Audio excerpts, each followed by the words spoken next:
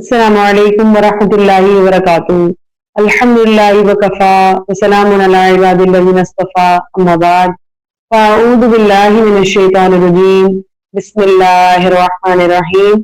قال اللہ تعالی فی القرآن الکریم: المحصنات من النساء الا ما ملکت ایمانکم کتاب اللہ علیکم واحل لکم ما وراء ذلکم ان تبتغوا باموالکم محسنین غیر مصافحین۔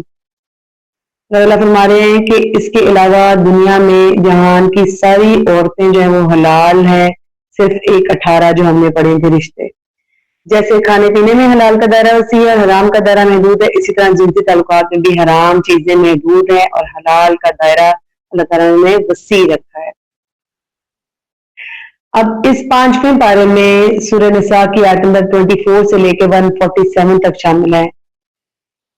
سورہ نساء مضامین کے اعتبار سے جو اس کا سورہ کا پہلا حصہ ہے، آیت نمبر 1 سے آیت نمبر 43 تک ہے، اور اس میں آئلی معاشرت کے احکامات بیان ہوئے ہیں۔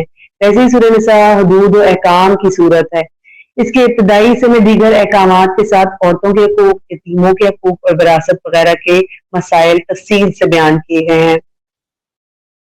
یہ 5واں پارہ جو ہے وہ 24ویں آیت سے شروع ہوتا ہے۔ اس کا مطلب یہ ہے کہ یہاں بھی اس میں معاشرت کے کام جاری ہیں۔ چوتھے پارے کے اختتام پر ہم نے محرمات کی آیات کی تفسیر پڑھی تھی۔ اب جہاں اللہ تعالیٰ نے عورتوں کی تفصیل بیان فرمائی ہے جن سے نکاح حرام ہے، وہ فہرست بڑی مختصر تھی۔ اللہ تعالیٰ نے 18 رشتے میں جیسے میں نے بتایا، اس کے علاوہ باقی حلال ہیں۔ المحصنات من النساء، اس کی جو ہے وضاحت ہے کہ لفظ محصنات جو ہے وہ حسن سے نکلا ہے۔ عربی میں حسن کے معنی قلعہ کے بھی آتے ہیں اور بھی مختلف معنی لیے جاتے ہیں، جن میں سے شادی شدہ ہونا، آزاد ہونا، پاک دامن ہونا، اور وہ مسلمان عورتیں جو ایمان لا چکی ہوں۔ لیکن اس مقام پر محسنات سے مراد شادی شدہ عورتیں ہیں، یعنی جس عورت کا نکاح کسی مرد سے ہو چکا ہو، اس سے کسی دوسرے مرد کا نکاح نہیں ہو سکتا، وہ حرام ہوتا ہے۔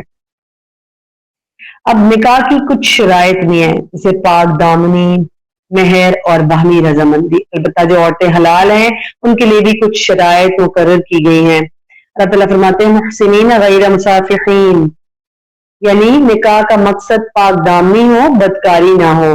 پھر فرمایا فآتوہن اجورہن فریضہ، یعنی جب ایجاب و قبول ہو جائے، ایک دوسرے کے ساتھ مستقل زندگی گزارنے کا عہد ہو اور مہر ادا کیا جائے، تو خفیہ دوستی یا ناجائز تعلق نہ ہو۔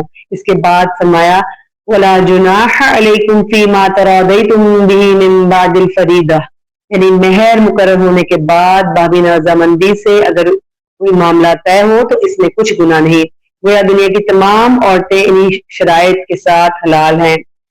معاشرتی احکامات اور اس کی حکمت دیکھ لیتے ہیں۔ اللہ تعالیٰ فرماتے ہیں یرید اللہ لیبین لکم ویہدیکم سنن الذین من قبلکم ویتوب علیکم واللہ علیم حکیم۔ واللہ یرید ان یتوب علیکم ویرید الذین یتبعون الشہوات ان تمیلوا میلا عظیما۔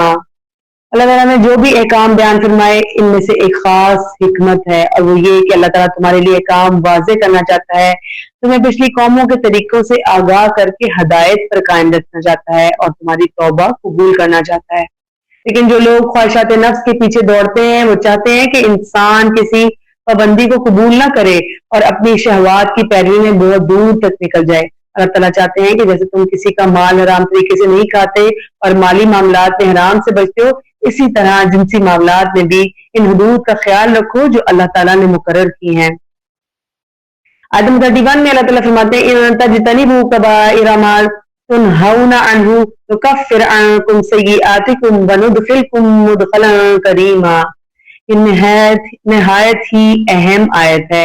اس آیت کو سورۃ النجم کی آیت 32 کے ساتھ اگر ہم ملائیں تو یہ دونوں آیات پورا شریعت کا فلسفہ بتاتے ہیں کہ دیکھو مالی احکام ہو یا معاشرتی احکام، سارے کے سارے بتا دیے گئے۔ بظاہر یہ احکام بڑے سخت محسوس ہوتے ہیں، لیکن آدمی ان کو پورا کرنے کی کوشش تو کرے۔ اللہ تعالیٰ فرماتے ہیں سورۃ النجم کی آیت نمبر 32 میں الذین یجتنبون کبائر الاثم والفواحش الا اللمم۔ شریعت کا تقاضا صرف یہ ہے کہ جو کبیرہ گناہوں کی سے بچنے کی سچی کوشش کرے گا تو اللہ تعالیٰ اس کے چھوٹے چھوٹے گناہ ویسے ہی معاف فرما دیں گے اور اسے عزت والی جگہ میں داخل کریں گے۔ خاندان کے نسب میں مرد کی حیثیت سورۃ النساء کی آیت نمبر 32 میں اللہ تعالیٰ فرماتے ہیں وَلَا تَتَمَنَّوْا مَا فَضَّلَ اللَّهُ بِهِ بَعْضَكُمْ عَلَى بَعْضٍ۔ عام طور پر لوگ فوراً یہ آیت یاد کر لیتے ہیں الرجال قوامون علی النساء اور کہتے ہیں کہ مردوں کو عورتوں پر فطری فضیلت ہے، لیکن اس سے پہلے اللہ تعالیٰ نے تنبیہ فرمائی کہ جو فضیلتیں اللہ نے ایک کو دوسرے پر عطا کی ہیں ان پر حسد نہ کرو۔ ہر شخص کو اللہ نے کوئی نہ کوئی خوبی دی ہے، کسی کو زبان و بیان کی صلاحیت دی ہے، کسی کو عقل و فہم کی گہرائی دی ہے، کسی کو کوئی اور خوبی عطا کی ہے، اور جو خوبی اللہ نے دی ہے وہ ہمارا اعزاز ہے۔ آپ کے پاس ہے، میرے پاس ہے، جو بھی ہے سب کا اعزاز ہے، اور جو دوسروں کو دی ہے وہ اس کا اعزاز ہے۔ روایت ہے کہ ام سلمہ رضی اللہ عنہا کے حوالے سے عورتوں نے نبی کریم صلی اللہ علیہ وسلم سے عرض کیا کہ مردوں کو جہاد کا موقع ملتا ہے اور ہمیں نہیں ملتا، گویا بڑی فضیلت تو مرد لے گئے۔ اس پر اللہ تعالیٰ نے فرمایا وَلَا تَتَمَنَّوْا مَا فَضَّلَ اللَّهُ بِهِ بَعْضَكُمْ عَلَى بَعْضٍ۔ مردوں کے ذمہ کچھ اور ذمہ داریاں ہیں، عورتوں کے ذمہ کچھ اور۔ جس طرح جہاد مردوں کے ذمہ ہے، اس طرح بعض کام ایسے ہیں جو صرف عورتوں کے ذمہ ہیں۔ رسول اللہ صلی اللہ علیہ وسلم نے فرمایا جو عورت اپنے شوہر کی فرما برداری کرے، 5 وقت کی نماز ادا کرے، رمضان کے روزے رکھے اور اپنی عزت کی حفاظت کرے، اس کے لیے جنت واجب ہو جاتی ہے۔ اور ایک اور بھی روایت ہے کہ وہ جنت کی جس مرضی دروازے سے داخل ہو سکتی ہے۔ یہ 4 اعمال ہیں، کیا ہے؟ نماز، روزہ، عصمت کی حفاظت اور شوہر کی اطاعت۔ عورت کے لیے یہ ایک عظیم پیکج ہے۔ مرد کے لیے اس انداز کا آسان اور جامع پیکج نہیں رکھا گیا، لہٰذا مردوں کو یہ سوچنے کی ضرورت نہیں ہے کہ انہیں کیوں نہیں دیا گیا، بلکہ سمجھنا چاہیے کہ اللہ تعالیٰ نے ہر ایک کو اس کے دائرہ کار کے مطابق ذمہ داریاں اور فضیلتیں عطا کی ہیں، تو ہمیں اللہ کی جو حکمت ہے اس کو ہمیں سمجھنا ہے۔ جب ہم آیت دیے دیکھتے ہیں الرجال قوامون علی النساء آیت 34، تو اس تناظر میں پڑھتے ہیں تو واضح ہو جاتا ہے کہ یہ فضیلت نہیں بلکہ ذمہ داری ہے، یعنی مرد کو کچھ فطری خصوصیات دی گئی ہیں اور اس پر مالی ذمہ داری بھی ڈالی گئی ہے، اسی لیے اس کو قوام بنایا گیا ہے۔ بس ہر ایک کو اس کی کوشش کے مطابق حصہ ملے گا، اپنے اپنے دائرے میں نیکی کر کے مرد بھی درجہ پا سکتے ہیں اور عورتیں بھی فضیلت حاصل کر سکتی ہیں۔ رہی بات مرد اور عورت کے آپس کے معاملات کی، تو مرد نگران ہے اور اس کی فرما برداری کرنا عورت کی ذمہ داری ہے۔ اب سوال یہ ہے کہ اچھی عورتیں کون ہوں گی؟ اللہ تعالیٰ فرماتے ہیں الصالحات قانتات حافظات للغیب بما حفظ اللہ۔ اچھی عورتیں وہ ہیں جو فرما بردار ہوتی ہیں، اپنے شوہروں کے حقوق کی حفاظت کرتی ہیں، اور خاوند گھر میں موجود ہو یا نہ ہو، اللہ نے جس بات کا انہیں ذمہ دار بنایا ہے وہ اس ذمہ داری کو خاوند کی غیر موجودگی میں بھی پورا کرتی ہیں۔ پھر فرمایا واللاتی تخافون نشوزہن، اور وہ خواتین جن سے تمہیں یہ اندیشہ ہو کہ وہ بگاڑ پر اتر آئی ہیں۔ عام طور پر نشوزہن کا ترجمہ لوگ نافرمانی کرتے ہیں، یعنی جن سے نافرمانی کا ڈر ہو یا جو نافرمانی شروع کر چکی ہو۔ ایسی صورت میں قرآن نے مرحلہ وار طریقہ بیان کیا ہے۔ فَعِذُوهُنَّ، تو کیا کرنا ہے؟ پہلے انہیں سمجھانا ہے، یعنی نصیحت کرنی ہے۔ وَاهْجُرُوهُنَّ فِي الْمَضَاجِعِ، پھر ان کے بستر الگ کرنے ہیں، اور اس کے بعد فرمایا فَاضْرِبُوهُنَّ، اور تم انہیں مار سکتے ہو۔ یہ وہ مقام ہے جس کے بارے میں بہت سے لوگوں کو اعتراض بھی اور بہت سی غلط فہمیاں بھی پائی جاتی ہیں۔ ہم یہ بات غور سے سن لیں کہ نشوز کا مطلب یہ نافرمانی نہیں ہے کہ اگر کسی نے روٹی نہیں پکا کے دی تو اس کو مارا جائے، یا کسی نے وقت پر کھانا نہیں دیا یا کپڑے استری نہیں کیے تو یہ نافرمانی ہے جسے قرآن نے نشوز کہا ہے۔ نشوز سے کیا مراد ہے یہ ہم ابھی وضاحت سے دیکھ لیتے ہیں کہ رسول اللہ صلی اللہ علیہ وسلم نے بہترین طریقے سے ہمیں بتایا۔ صحیح مسلم، صحیح بخاری، ابن ماجہ اور نسائی اور دیگر کتب میں یہ حدیث موجود ہے کہ نشوز سے مراد ہے بے حیائی اور بغاوت۔ اسی سلسلے میں بغاوت بھی، اگر عورت جو ہے وہ کھلی بے حیائی پر اتر آئے اور خاوند کی فرمانبرداری کی بجائے اس کے خلاف بغاوت اختیار کرے تو اس کے بارے میں فرمایا گیا الا ان یاتین بفاحشۃ مبینہ، کہ اگر وہ کھلی بے حیائی پر اتر آئے تو پھر تم انہیں بستروں سے الگ کرو۔ فَاهْجُرُوهُنَّ فِي الْمَضَاجِعِ، یعنی اگر وہ بغاوت اور بد عملی پر اتر آئے تو پہلے مرحلے میں انہیں بستر سے الگ کر دیا جائے۔ اور پھر فرمایا مارنا بھی ہے، تو مارنا کیسا ہو؟ اس ضرب، ایسی ضرب لگائی جائے جو نہ زخم لگائے نہ نشان چھوڑے۔ وَاضْرِبُوهُنَّ ضَرْبًا غَيْرَ مُبَرِّحٍ۔ اب غور کیجئے کہ عورت کی جلد نازک ہوتی ہے، اگر تھپڑ مارا جائے تو نشان پڑ سکتا ہے. تو اس کا مطلب کیا ہے؟ تھپڑ بھی نہیں مار سکتے. اگر چھڑی ماری جائے تو نشان چھوڑ دے وہ بھی جائز نہیں. حضرت ابن عباس رضی اللہ عنہما سے پوچھا گیا کہ دربن غیر مبرح کا کیا مطلب ہے، یعنی کیسا مارنا؟ فرمایا بالسواک، مسواک کے ساتھ، یعنی ایسی ہلکی اور علامتی ضرب جو نہ تکلیف دے نہ نشان چھوڑے. تشدد کی اجازت نہیں ہے، اقدام اٹھا سکتے ہیں. مارنا دراصل ایک علامتی نشانی سمجھا جاتا ہے کہ یہ سمجھ لینا کہ معمولی گھریلو کوتاہی پر مارنے کی کوئی اجازت نہیں. چھوٹی موٹی نافرمانی اس آیت کا مصداق نہیں ہے. یہاں مراد کھلی بے حیائی اور بغاوت ہے، اور وہ بھی آخری مرحلے میں نصیحت اور علیحدگی کے بعد، اور وہ بھی ایسی ضرب جو نقصان دہ نہ ہو. پھر اسلامی خاندانی نظام میں ثالثی کا قرآنی اصول جو بیان کیا گیا ہے آیت نمبر 35 میں، اللہ تعالیٰ فرماتے ہیں فَإِنْ خِفْتُمْ شِقَاقًا بَيْنِهِمَا فَابْعَثُوا حَكَمًا مِّنْ أَهْلِهِ وَحَكَمًا مِّنْ أَهْلِهَا. اللہ تعالیٰ فرما رہے ہیں کہ اگر تمہیں میاں بیوی کے درمیان شدید اختلاف اور پھوٹ کا اندیشہ ہو تو ایک منصف مرد کے خاندان میں سے اور ایک منصف عورت کے خاندان میں سے مقرر کرو. کتنا خوبصورت اور متوازن نظام شریعت ہے کہ لڑائی کی صورت میں ابتدا ثالثی سے ہونی چاہیے. سب سے پہلے خاندان کے سمجھدار لوگ بیٹھیں، معاملہ سنیں، اصلاح کی کوشش کریں، پھر فیصلہ کریں. لیکن ہمارے ہاں کیا ہوتا ہے؟ ہمارے ہاں ابتدا ہی طلاق سے ہوتی ہے. ذرا سا اختلاف ہوا اور فوراً طلاق دی جاتی ہے. پھر فتوے پوچھے جاتے ہیں کہ آپ کیا کریں، حلالہ کیسے ہوگا، اور اس کے ساتھ عجیب و غریب اور شرمناک باتیں زبان پر آتی ہیں. انا للہ و انا الیہ راجعون. حالانکہ اللہ تعالیٰ نے بتا دیا کہ ابتدا کیسے ہونی چاہیے؟ ثالثی سے. لیکن ہمارے معاشرتی نظام میں کیا ہو رہا ہے؟ پاکستان کے نظام میں تو یہ صورتحال جو ہے وہ اس سے کہیں زیادہ بدتر ہے کہ بس ایک بار کہہ دیا میں تجھے طلاق دیتا ہوں، طلاق دیتا ہوں، طلاق دیتا ہوں، اور کوئی گنجائش باقی نہیں رہتی.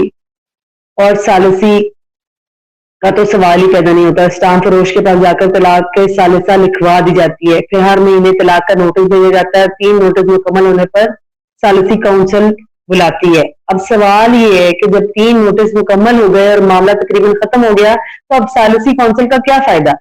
اب بلا کر کیا کرنا ہے؟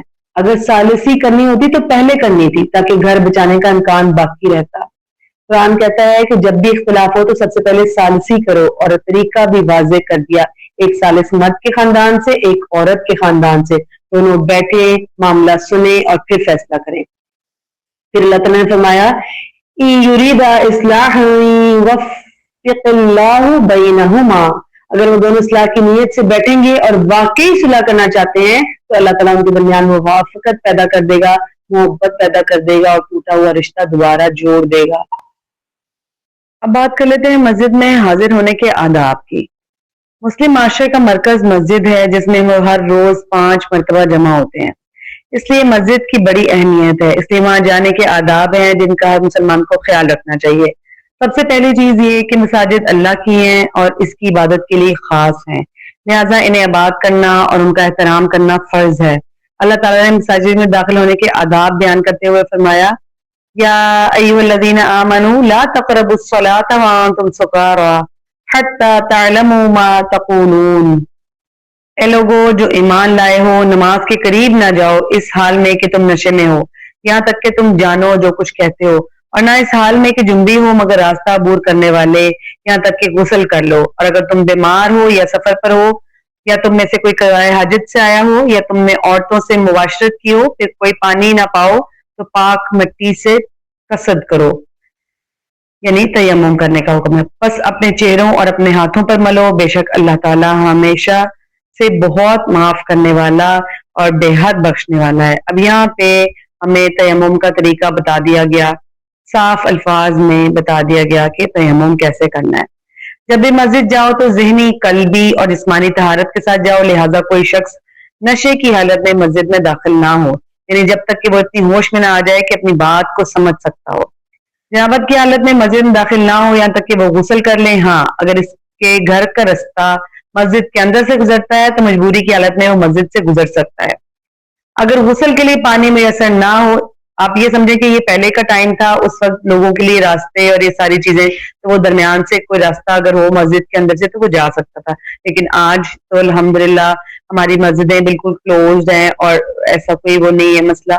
لیکن اور ہم یہ بھی کوشش کریں، پانی ہمیں ہر وقت الحمدللہ میسر ہے، ہر چیز ہے، تو ہم غسل کریں.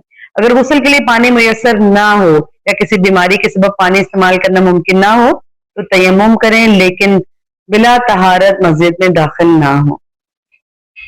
یہود و نصارہ کو اللہ تعالیٰ نے اپنے دین کا امین اور ذمہ دار بنایا تھا، لیکن آج ان کی حالت یہ ہے کہ وہ ہدایت کی بجائے گمراہی کو سینے سے لگائے ہوئے ہیں.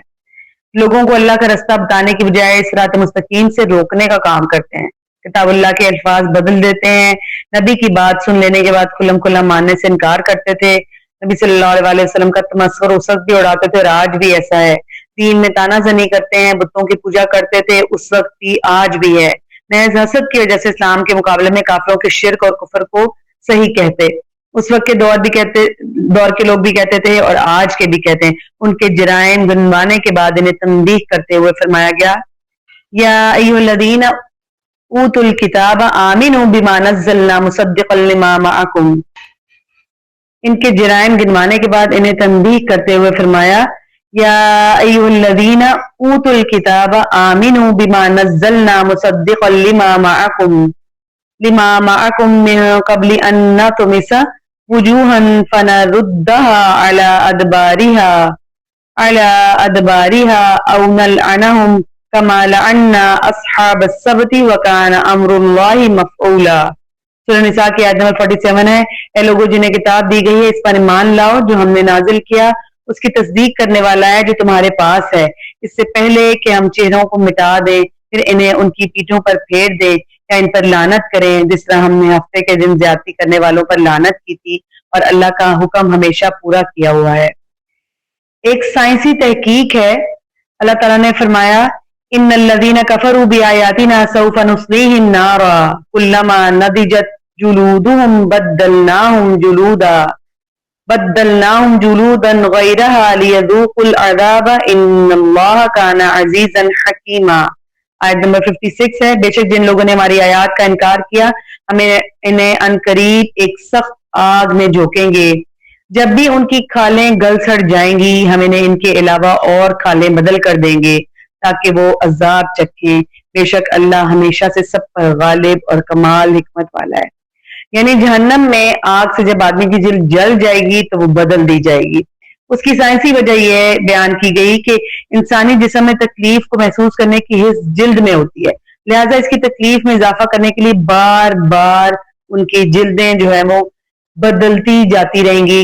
پھر گل سڑ گئی پھر بدلی جائے گی، پھر گل سڑ، یعنی کہ پورا یہ سلسلہ ہمیشہ تک پھر چلتا ہی رہے گا. اور اب بات کر لیتے ہیں عہدے اور مناصب کی تقسیم عدل و انصاف کے ساتھ اللہ تعالیٰ نے کرنے کا حکم دیا کہ جب عہدے ملیں گے تو اس کے بعد کیا کرنا ہے. ہر قوم میں کچھ خاص لوگ ہوتے ہیں جو اس کے معاملات کی دیکھ بھال کرتے ہیں. یہ عہدے اور مناصب قوم کی امانت ہوتے ہیں اور معاشرے کے معاملات انہی کے ذریعے چلتے ہیں، اس لیے ان کی تقسیم عدل و انصاف کے ساتھ ہونی چاہیے. جیسا کہ اللہ تعالیٰ کا ارشاد ہے ان اللہ یأمرکم ان تعدوا الامانات الى اہلها واذا حکمتم بین الناس ان تحکموا بالعدل ان اللہ نعم ما یعظکم به ان اللہ کان سمیعا بصیرا. آیت نمبر 58 ہے. بے شک اللہ تمہیں حکم دیتا ہے کہ تم امانتیں ان کے حقداروں کو ادا کرو اور جب لوگوں کے درمیان فیصلہ کرو تو انصاف سے فیصلہ کرو. یقیناً اللہ تمہیں یہ بہت ہی اچھی نصیحت کرتا ہے. بے شک اللہ ہمیشہ سے سب کچھ جاننے والا اور سب کچھ دیکھنے والا ہے. بنی اسرائیل نے ذمہ داری کے منصب یعنی مذہبی پیشوائی اور قومی سرداری کے مرتبے ایسے لوگوں کو دینے شروع کر دیے تھے جو نااہل، کم ظرف، بد اخلاق، بد دیانت اور بدکار تھے. اس کا نتیجہ یہ نکلا کہ برے لوگوں کی قیادت میں ساری قوم خراب ہوتی چلی گئی. اسی لیے مسلمانوں کو ہدایت کی جا رہی ہے کہ تم ایسا نہ کرنا بلکہ امانتیں ان لوگوں کے سپرد کرنا جو ان کے اہل ہوں، یعنی جن کے بار امانت اٹھانے کی صلاحیت ہو. جن کے پاس امانت میں خیانت اتنا بڑا گناہ ہے کہ شہادت سے بھی معاف نہیں ہوتا. سیدنا ابو ہریرہ رضی اللہ عنہ سے روایت ہے کہ خیبر سے واپسی پر رسول اللہ صلی اللہ علیہ وسلم وادی القریٰ کی طرف روانہ ہوئے. جب وہاں پہنچے تو آپ کا غلام مدعم آپ کی اونٹنی سے پالان اتار رہا تھا کہ اسے ایک تیر لگا جس نے اسے قتل کر دیا. لوگوں نے کہا اسے جنت مبارک ہو، تو رسول اللہ صلی اللہ علیہ وسلم نے فرمایا ہرگز نہیں، اس ذات کی قسم جس کے ہاتھ میں میری جان ہے، وہ چادر جو اس نے خیبر کے دن غنیمتوں میں سے لی تھی یعنی کہ اس نے چرا لی تھی، جو ابھی تقسیم نہیں ہوئی تھی، اس پر آگ بن کر شعلے مار رہی ہے۔ صحیح بخاری کی روایت ہے۔ اس نے بتائے بغیر جو ہے وہ چادر لے لی تھی۔ شہادت سے اس گناہ کے معاف نہ ہونے کی وجہ یہ معلوم ہوتی ہے کہ یہ لوگوں کے حقوق ہیں۔ اللہ رسول اور حکمرانوں کی اطاعت کا حکم اللہ تعالیٰ نے دیا۔ اللہ تعالیٰ ارشاد فرماتے ہیں یا ایھا الذین آمنوا اطیعوا اللہ واطیعوا الرسول واولی الامر منکم فإن تنازعتم فی شیء فردوه الی اللہ ورسولہ ان کنتم تؤمنون باللہ والیوم الآخر ذالک خیر واحسن تأویلا۔ 59 آیت ہے۔ اے لوگو جو ایمان لائے ہو، اللہ کا حکم مانو اور رسول کا حکم مانو اور ان کا بھی جو تم میں سے حکم دینے والے ہیں۔ پھر اگر تم کسی چیز میں جھگڑ پڑو تو اسے اللہ اور رسول کی طرف لوٹاؤ اگر تم اللہ اور یوم آخر پر ایمان رکھتے ہو، یہ بہتر ہے اور انجام کے لحاظ سے بہت اچھا ہے۔ اس کا معنی یہ ہے کہ مسلمانوں کو ہر حال میں اپنے حکمرانوں کی اطاعت کرنی چاہیے، الا یہ کہ وہ صریح قرآن و سنت کے خلاف حکم صادر کریں۔ اس آیت میں اللہ اور اس کے رسول کی اطاعت ابدی اور مطلق ہے، جبکہ حکمرانوں کی اطاعت مشروط ہے کہ اگر وہ شریعت اسلامیہ کے مطابق حکم دیں گے تو ان کی اطاعت کرنا مسلمانوں پر فرض ہے۔ اگر ان کا کوئی بھی حکم قرآن اور سنت کے صریح خلاف ہو تو اس کی اطاعت ہرگز نہ کی جائے گی۔ اس صورت میں قرآن و سنت کی طرف رجوع کیا جائے گا اور اس کے علاوہ کوئی فیصلہ قبول نہیں کیا جائے گا۔ اسلام کے برعکس جمہوریت نے لوگوں کا مزاج یہ بنا دیا ہے کہ اپنے حکمرانوں کی ہمیشہ مخالفت ہی کرنی ہے۔ یہ طریقہ کار اسلامی احکام کے خلاف اور حرام ہے۔ حکمرانوں کے ساتھ ہمارا یہ رویہ خیرخواہانہ اور اطاعت والا ہونا چاہیے، لیکن آج کل بھی اگر ہم دیکھیں اپنے حساب سے تو کیا ہمارے حکمران ہیں اور کیا ہماری عوام ہے؟ جب ہم ان کے ساتھ خیرخواہانہ اور اطاعت والا رویہ کریں گے تو کوئی وجہ نہیں کہ حکمران اپنی قوم کے جذبات کا خیال نہ رکھے۔ جب پوری قوم حکمرانوں کے پیچھے جو ہے وہ پڑی رہے گی اور ان سے کرسی چھیننے کی کوشش کرتی رہے گی تو حکمران بھی ان سے دشمنوں والا ہی سلوک کریں گے۔ اس لیے ہمیں حکمرانوں کے معاملے میں اپنا رویہ درست کرنا چاہیے۔ اور اس آیت کے اعتبار سے جو اللہ تعالیٰ نے ہمیں ایک حکم دیا کہ ہم نے اطاعت کرنی ہے، اگر بالفرض یہ مان بھی لیں کہ اولی الامر سے مراد علماء ہے تب بھی تقلید ثابت نہیں ہوتی، کیونکہ اس میں کسی عالم کی تخصیص نہیں ہے کہ فلاں کی تقلید کریں۔ علماء بھی جب تک جو ہے وہ اللہ تعالیٰ کی طرف جو لے جانے والے ہمیں کام کریں گے اور اسی حساب سے ہمیں ہدایات جاری کریں گے تو ہم انہی کی پیروی کریں گے، ہم اپنی طرف سے کوئی حکم نہیں لا سکتے۔ جس طرح یہود کے علماء کی اگر بات کی جائے تو وہ علماء سو کہا گیا ان کو کہ وہ برے تھے، انہوں نے لوگوں کو بھی ورگلایا، خود بھی دین اسلام کی راہ سے ہٹ گئے تھے۔ تو اللہ تعالیٰ نے یہاں پہ حکم دیا کہ آپ اللہ اور رسول کی اطاعت کریں گے اور اس کے بعد وہ حکمران جن کو اگر منصب ملتا ہے اور وہ آپ کو شریعت کا پابند بنانے کی کوشش کریں تو ہمیں ان کی اطاعت کرنا ہم پہ فرض ہے۔ اور دوسری بات یہ کہ اصل اللہ اور اس کے رسول کی اطاعت کا ہی حکم ہے، باقی سب کی اطاعت اللہ اور اس کے رسول کے تابع ہے۔ اس کے مقابلے میں ہمیں کسی کی بھی بات ہرگز نہیں تسلیم کرنی۔ مسلمان ہونے کے لیے نبی کریم صلی اللہ علیہ وسلم کو حاکم ماننا شرط قرار دیا۔ اللہ تعالیٰ نے رسول اللہ صلی اللہ علیہ وسلم کو حاکم اور جج تسلیم کیے بغیر کوئی شخص مسلمان ہو ہی نہیں سکتا۔ اللہ تعالیٰ نے دو ٹوک الفاظ میں فرما دیا فَلَا رَبِّكَ لَا يُؤْمِنُونَ حَتَّى يُحَكِّمُوكَ فِي مَا شَجَرَ بَيْنَهُمْ ثُمَّ لَا يَجِدُوا فِي أَنفُسِهِمْ حَرَجًا مِّمَّا قَضَيْتَ وَيُسَلِّمُوا تَسْلِيمًا۔ 65 آیت ہے، پس نہیں تیرے رب کی قسم وہ مومن نہیں ہوں گے یہاں تک کہ تجھے اس میں فیصلہ کرنے والا مان لیں جو ان کے درمیان جھگڑا پڑا ہوا ہے، پھر اپنے دلوں میں اس سے کوئی تنگی محسوس نہ کرے جو تو فیصلہ کرے اور تسلیم کر لیں، پوری طرح تسلیم کرنا۔ یعنی کہ اس آیت میں اللہ تعالیٰ نے قسم کھا کر مومن ہونے کی 3 شرائط بیان کی ہیں۔ پہلی یہ کہ کسی جھگڑے کا فیصلہ رسول اللہ صلی اللہ علیہ وسلم کے علاوہ کسی اور کے پاس نہ لے جایا جائے۔ دوسری یہ کہ آپ صلی اللہ علیہ وسلم کے فیصلے پر دلوں میں کسی قسم کی بھی تنگی ہرگز محسوس نہ کی جائے، اور تیسری بات یہ کہ اس فیصلے کو تسلیم کرتے ہوئے اس پر عمل کیا جائے۔ اب آپ صلی اللہ علیہ وسلم کی وفات کے بعد قرآن و سنت سے فیصلہ طلب کیا جائے۔ اس سے ان لوگوں کے لیے لمحہ فکریہ یہ ہے کہ جن کے امام یا پیر کے خلاف کوئی آیت یا حدیث آ جائے تو وہ نہ صرف دل میں تنگی محسوس کرتے ہیں بلکہ ماننے سے انکار بھی کر دیتے ہیں، پھر اس کی تعویل کرتے ہیں، اسے منسوخ قرار دینے کے لیے ساری قوت صرف کر دیتے ہیں۔ حقیقت یہ ہے کہ آیت کے صریح الفاظ کے مطابق نبی کریم صلی اللہ علیہ وسلم کے فیصلے کے خلاف دل میں ذرا بر بھی تنگی یا ناپسندیدگی محسوس نہیں کرنی، یہ ہمارے ایمان کے منافی ہے۔ اب ہم بات کر لیتے ہیں، اگلا جو ٹاپک اللہ تعالیٰ نے سٹارٹ کیا وہ منافقین کے بارے میں ہے کہ ان کا اسلام کے ساتھ تعلق آخر ہوتا کس قسم کا ہے۔ مسلمان ہر حالت میں اسلام کے مطابق چلتا ہے، بظاہر فائدہ نظر آئے یا نقصان، جبکہ منافق کیا کرتا ہے، وہ مفاد پرست ہوتا ہے، اسے اگر اسلام میں مفاد دکھائی دے تو اسلام اور مسلمانوں کے ساتھ ہو جاتا ہے، دوسری طرف مفاد دکھائی دے تو اسلام کو چھوڑ کر چلا جاتا ہے۔ وہ اپنے معاملات کو اسی صورت میں اسلامی عدالت میں لاتے ہیں جب انہیں اسلامی قانون میں فائدہ نظر آتا ہے، بصورت دیگر وہ کافر نظاموں اور کفری عدالتوں میں جانے سے ہرگز نہیں جھجکتے۔ یہ ان کی منافقت کی ایک واضح علامت ہے۔ اللہ تعالیٰ قرآن پاک میں فرما رہے ہیں سورہ نساء آیت نمبر 60 میں، أَلَمْ تَرَ إِلَى الَّذِينَ يَزْعُمُونَ أَنَّهُمْ آمَنُوا بِمَا أُنزِلَ إِلَيْكَ وَمَا أُنزِلَ مِن قَبْلِكَ يُرِيدُونَ أَن يَتَحَاكَمُوا إِلَى الطَّاغُوتِ وَقَدْ أُمِرُوا أَن يَكْفُرُوا بِهِ وَيُرِيدُ الشَّيْطَانُ أَن يُضِلَّهُمْ ضَلَالًا بَعِيدًا۔ کیا تو نے ان لوگوں کو نہیں دیکھا جو گمان کرتے ہیں کہ وہ اس پر ایمان لے آئے ہیں جو تیری طرف نازل کیا گیا اور جو تجھ سے پہلے نازل کیا گیا، چاہتے یہ ہیں کہ آپس کے فیصلے غیر اللہ کی طرف لے جائیں، حالانکہ انہیں حکم دیا گیا ہے کہ اس کا انکار کریں، اور شیطان چاہتا ہے کہ انہیں گمراہ کر دے، بہت دور کا گمراہ کر دینا۔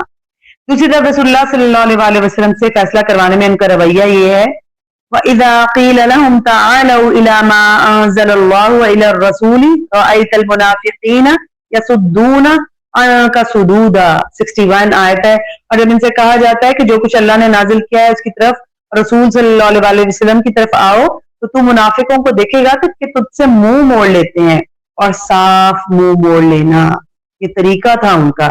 یعنی منافقین کی سب سے بڑی نشانی یہ کیا تھی کہ وہ طاغوتی نظاموں کے مطابق فیصلہ کرنے والی عدالتوں میں بخوشی اپنے کیس لے کر جاتے تھے۔ طاغوتی نظام کیا ہوتا ہے؟ ہر وہ نظام جو اللہ کے فیصلے کے یا رسول اللہ صلی اللہ علیہ وسلم کے فیصلے کے خلاف جائے وہ طاغوتی فیصلہ ہوتا ہے، اور اسلام کے فیصلوں سے وہ نفرت کرتے تھے۔ یہاں پر اللہ تعالیٰ نے منافقوں کا پورا نقشہ کھینچ دیا کہ ان کے کیا حالات ہیں اور وہ جو ہے وہ کیا ان کا طریقہ کار کیا ہوتا ہے۔ اللہ تعالیٰ فرماتے ہیں ان المنافقین فی الدرک الاسفل من النار، منافقین جو ہیں وہ جہنم کے سب سے نچلے گڑھے میں ہوں گے۔ اب منافقین کا کیس کلوز کرنے کے بعد اللہ تعالیٰ کیا فرما رہے ہیں؟ اب انعام یافتہ لوگوں کی طرف آ رہے ہیں اللہ تعالیٰ کہ ان کے ساتھ کیا ہوگا۔ سورۃ الفاتحہ میں مسلمان بندے کی طرف سے ہدایت یافتہ لوگوں کے رستے پر چلنے کی دعا کی گئی تھی۔ لاسٹ آیت جو ہم پڑھتے ہیں، ہم اللہ سے دعا کرتے ہیں کہ اللہ تعالیٰ میں ان لوگوں کے رستے پر چلانا جن پر تو نے انعام نازل کیا۔ اب وہ جو انعام یافتہ لوگ ہیں ان کی فہرست اس سورہ میں ہمیں ملتی ہے آیت نمبر 69 اور 70 میں۔ وَمَن يُطِعِ اللَّهَ وَرَسُولَهُ فَأُولَٰئِكَ مَعَ الَّذِينَ أَنْعَمَ اللَّهُ عَلَيْهِم مِّنَ النَّبِيِّينَ وَالصِّدِّيقِينَ وَالشُّهَدَاءِ وَالصَّالِحِينَ وَحَسُنَ أُولَٰئِكَ رَفِيقًا ذَلِكَ الْفَضْلُ مِنَ اللَّهِ وَكَفَىٰ بِاللَّهِ عَلِيمًا۔ اور جو لوگ اللہ اور رسول کی فرمانبرداری کریں تو یہ ان لوگوں کے ساتھ ہوں گے جن پر اللہ نے انعام کیا، نبیوں اور صدیقوں اور شہداء اور صالحین میں سے، اور یہی لوگ اچھے ساتھی ہیں۔ یہی اللہ کی طرف سے خاص فضل ہے اور اللہ کافی ہے اور سب کچھ جاننے والا ہے۔ اب اللہ تعالیٰ نے مسلمانوں کے تحفظ کے بارے میں بات کی۔ اگر کسی علاقے میں مسلمانوں کو اللہ تعالیٰ کوئی ملک، طاقت اور حکومت عنایت کر دے تو ان پر فرض ہے کہ وہ دوسرے علاقوں کے مسلمانوں کا تحفظ کرے۔ رسول اللہ صلی اللہ علیہ وسلم کے دور میں مکہ کے اندر اور دوسرے بعض قبائل میں کئی لوگ اسلام قبول کر چکے تھے، مگر نہ ہجرت پر قادر تھے اور نہ اپنے آپ کو ظلم سے بچا سکتے تھے۔ تو اللہ تعالیٰ نے جو ہے وہ ان کے لیے کچھ احکامات نازل کیے۔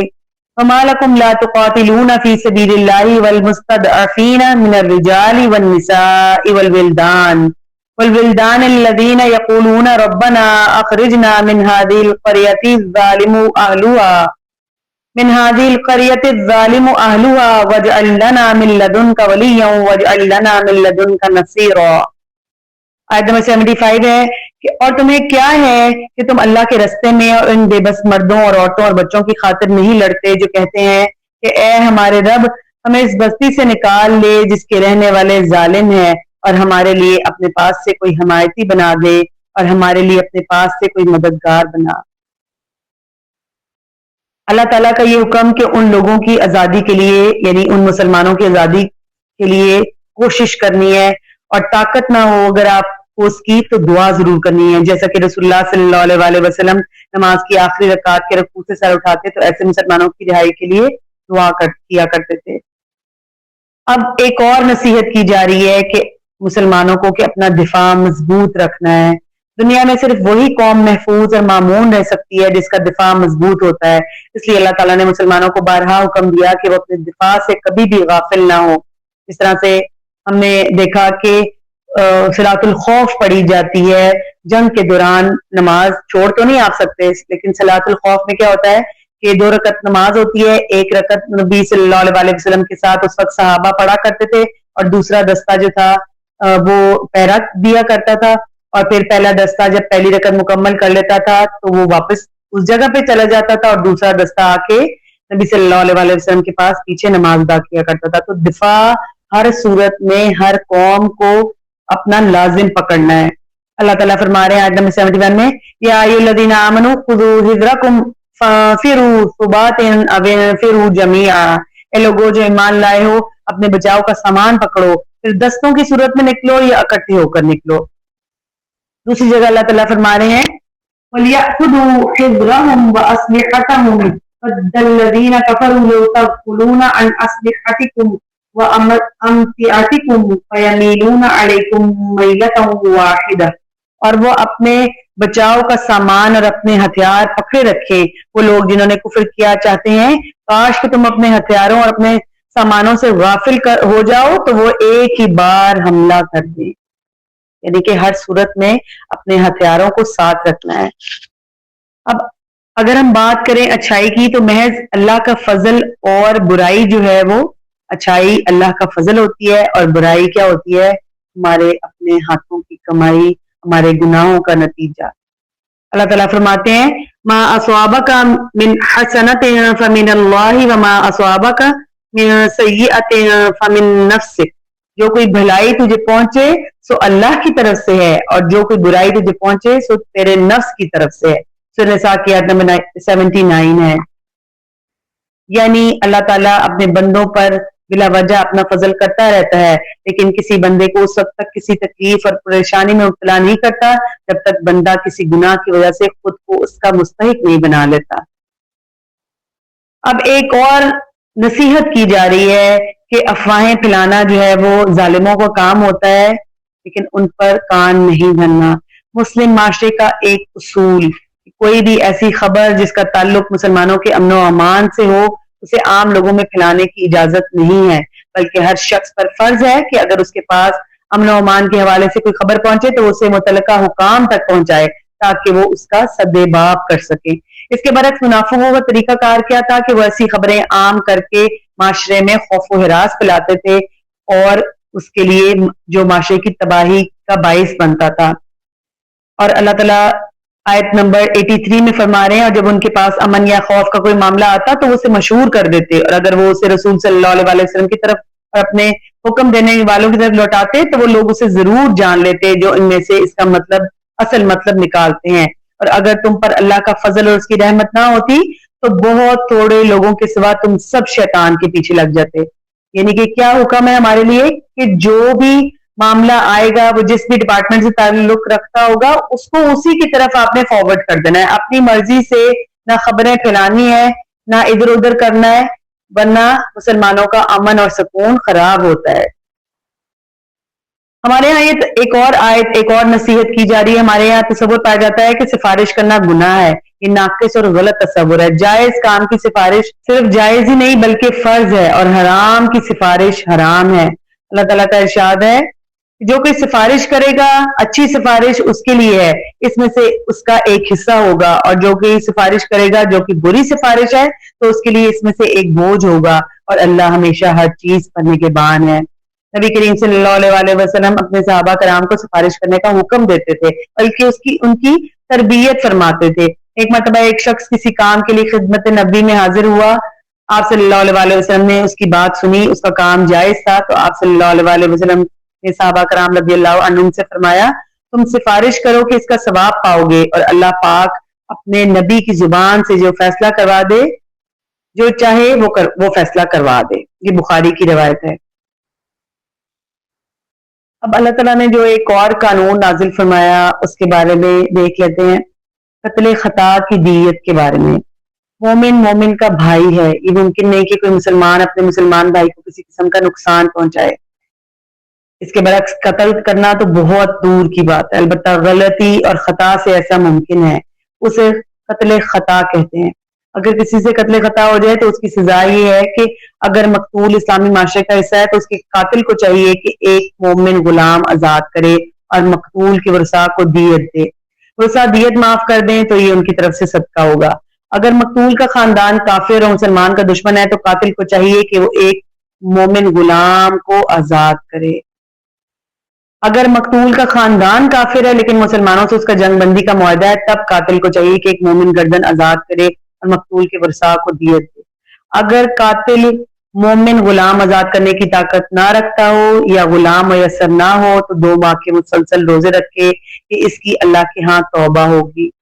اور اللہ تعالیٰ فرماتے ہیں آیت نمبر 92 میں، اور کسی مومن کا کبھی یہ کام نہیں کہ کسی مومن کو قتل کرے مگر غلطی سے، اور جو شخص کسی مومن کو غلطی سے قتل کر دے تو ایک مومن گردن آزاد کرنا اور دیت دینا ہے تو اس کے گھر والوں کے حوالے کی ہوگی، مگر یہ کہ وہ صدقہ کرتے ہوئے معاف کر دیں۔ پھر اگر وہ اس قوم میں سے ہو جو تمہاری دشمن ہے اور وہ مومن ہو تو ایک مومن گردن آزاد کرنی ہے، اور اگر اس قوم میں سے ہو کہ تمہارے درمیان اور اس کے درمیان کوئی عہد و پیمان ہو تو اس کے گھر والوں کے حوالے کی گئی دیت ادا کرنا اور ایک مومن گردن آزاد کرنا ہے۔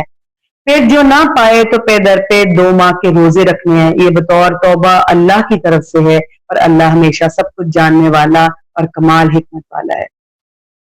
آیت نمبر 92 میں پورا ایک طریقہ کار بیان کر دیا گیا کہ اگر قتل خطا ہو گئی ہے تو اس کے کیا کیا صورتیں ہو سکتی ہیں اور اس کے نتیجے میں ہمیں کیا کرنا ہے۔ اللہ تعالیٰ ہمیں یہ سمجھنے اور بہترین اس پر عمل کرنے والا بنائے اور ہمیں ہر اس چیز سے دور رکھے جو اللہ کی ناراضگی کا باعث ہے۔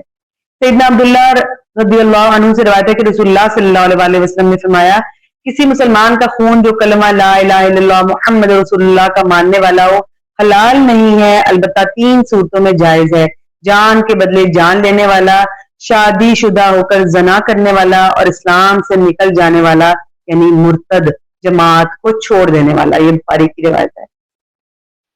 اب دیکھ لیتے ہیں کہ آج کل دنیوی مفاد کے لیے لوگوں کو اسلام سے خارج قرار دے دیا جاتا ہے بڑے آرام سے، اس کے بارے میں فتوے لگائے جاتے ہیں، تو ہم دیکھیں کہ اس کے بارے میں اللہ کا کیا حکم ہے۔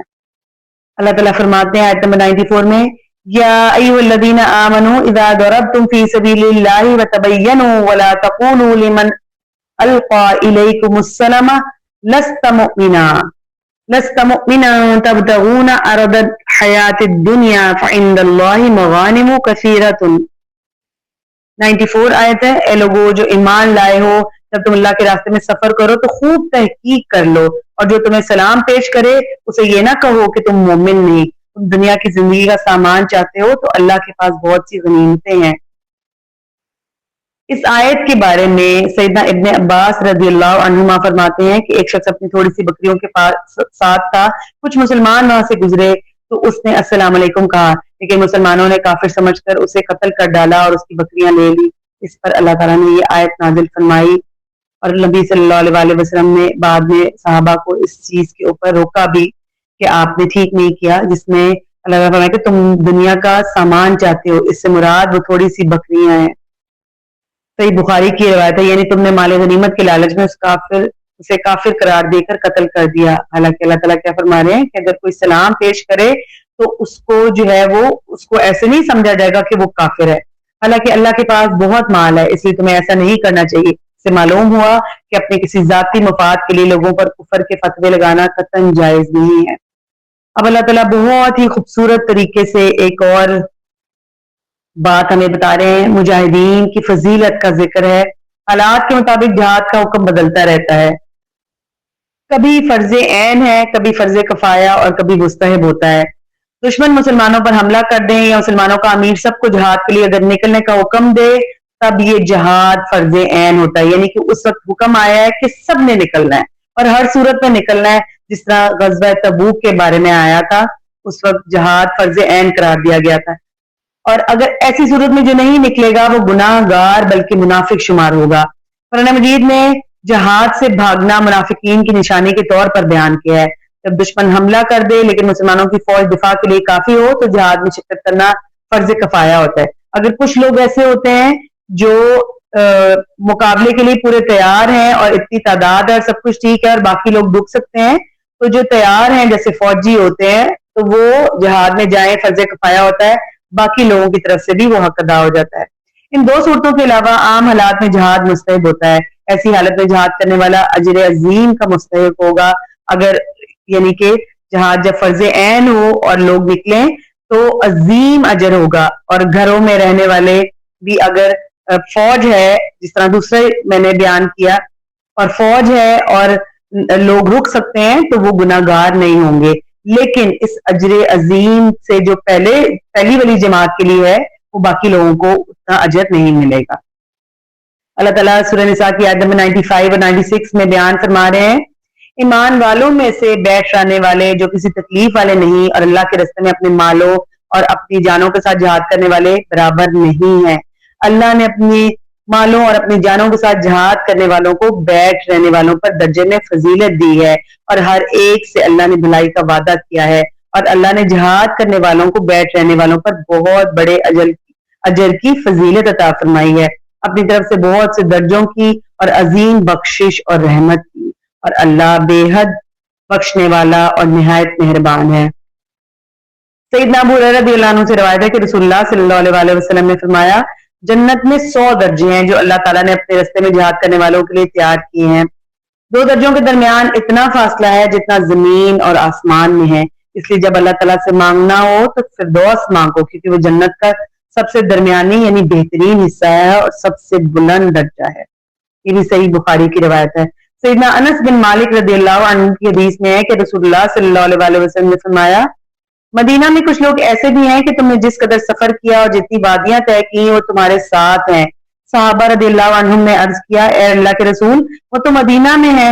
آپ صلی اللہ علیہ وسلم نے فرمایا، ہاں اگرچہ وہ مدینہ میں ہے لیکن انہیں کسی عذر نے جہاد میں شرکت کرنے سے روک دیا، یعنی کہ کچھ لوگ ایسے ہیں جن کی شدید خواہش ہوتی ہے کہ وہ جہاد میں شامل ہو۔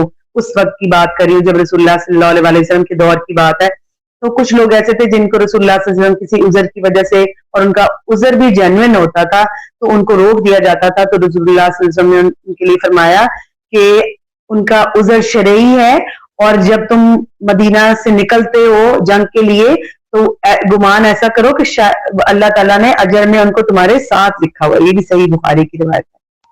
منافقین مسلمانوں کے ساتھی نہیں ہیں، اگر مسلمان کامیاب ہو گئے تو یہ ان کے ساتھ ہو جائیں گے، اور اگر کافروں نے مسلمانوں کو ختم کر دیا تو وہ ان کے ساتھ ہو جائیں گے۔ آیت 141 میں اللہ تعالیٰ ان کے بارے میں فرما رہے ہیں، وہ جو تمہارے بارے میں انتظار کرتے ہیں، پھر اگر تمہارے لیے اللہ کی طرف سے کوئی فتح ہو جائے تو کہتے ہیں کہ کیا ہم تمہارے ساتھ نہ تھے، اور اگر کافروں کو کوئی حصہ مل جائے تو کہتے ہیں کہ کیا ہم تم پر غالب نہیں ہو گئے تھے اور ہم نے تمہیں ایمان والوں سے نہیں بچایا تھا۔ بس اللہ تمہارے درمیان قیامت کے دن فیصلہ کرے گا، اور اللہ کافروں کے لیے مومنوں پر ہرگز کوئی رستہ نہیں بنائے گا۔ مزید اللہ تعالیٰ نے فرمایا کہ مذبذبین بین ذلک لا الہ ہؤلاء ولا الہ ہؤلاء ومن یضلل اللہ فلا تجد له سبیلا۔ 143 اس کے درمیان متردد ہیں، نہ ان کی طرف ہیں نہ ان کی طرف، اور جسے اللہ گمراہ کر دے پھر تو اس کے لیے ہرگز کوئی رستہ تو نہ پائے گا۔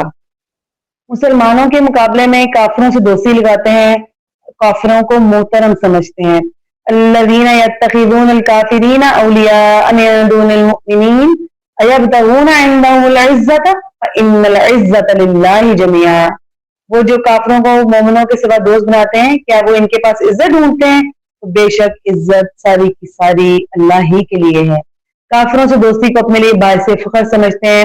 منافق اللہ کو اور مسلمانوں کو دھوکہ دینا چاہتے ہیں، دین کا مذاق اڑاتے ہیں، ایسے لوگوں سے دوستی کرنا حرام ہے۔ اللہ تعالیٰ نے آیت 140 میں ارشاد فرمایا اور بلا شبہ اس نے تم پر کتاب میں نازل فرمایا ہے کہ جب تم اللہ کی آیات کو سنو کہ ان کے ساتھ کفر کیا جاتا ہے اور مذاق اڑایا جاتا ہے تو ان کے ساتھ مت بیٹھو یہاں تک کہ وہ اس کے علاوہ کسی اور بات میں مشغول ہو جائیں۔ یعنی کہ اللہ کا حکم ہے کہ آج ہمارے گھروں میں کیا ہوتا ہے کہ ہم مذاق اڑ رہا ہوتا ہے باتوں کا، نماز کا، روزے کا، فرشتوں کا، آسمان کا، زمین کا، اللہ سے متعلق بعض باتوں میں، تو آپ یقین کریں کہ وہاں ہمیں نہیں بیٹھنا، وہاں سے اٹھ جانا ہے۔ اگر اللہ تعالیٰ نے کہا کہ تم وہاں بیٹھے، بے شک تم بھی اس وقت ان جیسے ہو، ایسا کہا اللہ تعالیٰ نے۔ بے شک اللہ منافقوں اور کافروں سب کو جہنم میں جمع کرنے والا ہے۔ اللہ تعالیٰ ہمیں اس چیز سے بچائے، ہم نے وہاں ہرگز نہیں بیٹھنا، نہیں تو ہم ان میں شامل ہو جائیں گے اور اللہ کے عذاب کے مستحق ٹھہریں گے۔ نمازوں میں سستی کرتے ہیں، جو پڑھتے ہیں وہ بھی محض لوگوں کو دکھاوے کے لیے پڑھتے ہیں، اللہ کا ذکر نہیں کرتے۔ اللہ تعالیٰ فرما رہے ہیں ان المنافقین یخادعون اللہ وهو خادعهم واذا قاموا الى الصلاة قاموا کسالى یراؤون الناس ولا یذکرون اللہ الا قلیلا 142 آیت ہے۔ بے شک منافق لوگ اللہ سے دھوکہ بازی کر رہے ہیں حالانکہ وہ انہیں دھوکہ دینے والا ہے، اور جب وہ نماز کے لیے کھڑے ہوتے ہیں تو سستی کے ساتھ اور لوگوں کو دکھاوے کے لیے، اور اللہ کو یاد نہیں کرتے مگر بہت کم۔ اسلام کو دل سے قبول نہیں کرتے بلکہ کفر اور اسلام کے درمیان متذبذب کا شکار رہتے ہیں۔ سیدنا عبداللہ بن عمر رضی اللہ عنہ سے روایت ہے کہ رسول اللہ صلی اللہ علیہ وسلم نے فرمایا 4 عادتیں جس میں ہوں گی وہ خالص منافق ہوگا، اور جس کسی میں ان میں سے ایک عادت ہوگی تو اس میں نفاق کی ایک عادت موجود ہے یہاں تک کہ وہ اس سے باز آ جائے۔ وہ 4 عادتیں یہ ہیں، جب بات کرے تو جھوٹ بولے، جب معاہدہ کرے تو توڑ ڈالے، اور جب وعدہ کرے تو وعدہ خلافی کرے، اور چوتھی یہ کہ جب جھگڑا کرے تو گالی دے۔ صحیح مسلم کی روایت ہے۔ ایک اور روایت میں آتا ہے جب اسے امین بنایا جائے تو وہ خیانت کرے۔ ہم دیکھ لیں کہ ہماری خیانت کہاں کہاں ہوتی ہے۔ ایک اور روایت میں آتا ہے ان عادات کی موجودگی میں خواب و روزے رکھے، نماز پڑھے اور اپنے آپ کو مسلمان سمجھے تب بھی وہ منافق ہے۔ صحیح مسلم کی روایت ہے یہ۔ اللہ تعالیٰ نے منافقوں کے متعلق اعلان فرما دیا ان المنافقین فی الدرک الاسفل من النار ولن تجد لهم نصیرا۔ آیت نمبر 145 ہے، بے شک منافق لوگ آگ کے سب سے نچلے گڑھے میں ہوں گے اور تو ہرگز ان کا کوئی مددگار نہ پائے گا۔ اب منافقین سے دوستی کرنا بھی حرام ہے۔ منافقین چھپے ہوئے دشمن ہیں، ان سے بچ کر رہنا چاہیے اور ان سے دوستی لگانا ہرگز جائز نہیں۔ اللہ فرماتے ہیں آیت 144 میں یا ایھا الذین آمنوا لا تتخذوا الکافرین اولیاء من دون المؤمنین اتریدون ان تجعلوا للہ علیکم سلطانا مبینا۔ اے لوگوں جو ایمان لائے ہو، ایمان والوں کو چھوڑ کر کافروں کو دوست مت بناؤ، کیا تم چاہتے ہو کہ اللہ کے لیے اپنے خلاف ایک واضح حجت بنا لو؟ یعنی تمہیں سزا دینے کے لیے ایک جرم یہی کافی ہے اگر ہم نے مومنوں کو دوست بنانے کی بجائے کافروں کو یا منافقوں کو دوست بنایا۔ اب اللہ تعالیٰ نے منافقوں کے ساتھ سختی سے نمٹنے کا حکم دیا کیونکہ منافقین آستین کے سانپ ہے، ہر وقت مسلمانوں کو تکلیف دینے کے لیے تیار رہتے ہیں۔ لہٰذا ہمیں کیا کرنا ہے کہ اپنے معاشرے کو پاک کرنا ہے، ان سے ہرگز نرمی نہیں کرنی بلکہ سختی کے ساتھ ان سے نمٹنا ہے۔ اللہ تعالیٰ نے مسلمانوں کو خطاب کرتے ہوئے یہاں فرمایا پھر تمہیں کیا ہو گیا ہے کہ منافقین کے بارے میں 2 گروہ ہوئے ہو، حالانکہ اللہ نے انہیں اس کی وجہ سے الٹا کر دیا جو انہوں نے کمایا۔ کیا تم چاہتے ہو کہ اس شخص کو راہ راست پر لے آؤ جسے اللہ نے گمراہ کر دیا، اور اللہ جسے گمراہ کر دے پھر تو اس کے لیے کبھی کوئی رستہ نہ پائے گا۔ آیت نمبر 88 ہے سورہ نساء کی کہ کسی صورت ان کو چھوڑنا نہیں ہے۔ اب آخر میں اس پارے کے آخر میں اللہ تعالیٰ نے عذاب سے بچنے کے 2 اصول بتا دیے۔ اللہ تعالیٰ فرماتے ہیں ما یفعل اللہ بعذابکم ان شکرتم وآمنتم وکان اللہ شاکرا علیما 147 آیت ہے۔ اللہ تمہیں عذاب دینے سے کیا کرے گا اگر تم شکر کرو اور ایمان لے آؤ، اور اللہ ہمیشہ سے قدر کرنے والا اور سب کچھ جاننے والا ہے۔ یعنی اگر کوئی شخص اپنے ایمان کو درست کر لے اور اللہ کا شکر گزار ہو تو اللہ اسے کبھی بھی عذاب میں مبتلا نہیں کرے گا۔ ہمارا پارا الحمدللہ کمپلیٹ ہو گیا۔ اللہ تعالی ہم سے راضی ہو جائیں اور جو ہم نے آج پڑھا اس پر عمل کرنے کی توفیق عطا فرمائیں ہمیں۔ اللہ تعالیٰ اس ماہ مبارک کی سعادتیں، رحمتیں، برکتیں جو ہیں وہ اس سے فیضیاب ہونے والا بنا دیں ہمیں۔ اللہ تعالیٰ جہاں مسلمان پریشان، کمزور، بیمار ہیں اور آپ کی مدد چاہتے ہیں، اللہ تعالیٰ آپ ان کی مدد فرما دیجیے۔ اللہ امت مسلمہ کی مدد فرمائیے، یا اللہ امت مسلمہ کی مدد فرمائیے۔ اللہ تعالیٰ آپ ہمیں، ہمارے بچوں اور ہماری آنے والی نسلوں کو سوار دیجیے۔ اللہ جو ہم سے غلطیاں کوتاہیاں ہو جاتی ہیں آپ انہیں معاف فرما دیجیے، ہمارے گناہوں سے درگزر فرما دیجیے۔ یا اللہ کوئی زیر زبر پیش کی کوئی بھی غلطی، کوئی اونچ نیچ ہو جائے تو اس سے درگزر فرمائیے۔ اللہ تعالیٰ ہمیں پڑھنے سے زیادہ عمل کی توفیق عطا فرمائیے۔ آمین یا رب العالمین۔ سبحانک اللہم بحمدک، نشہد ان لا الہ الا انت، نستغفرک ونتوب الیک۔ السلام علیکم ورحمۃ اللہ وبرکاتہ۔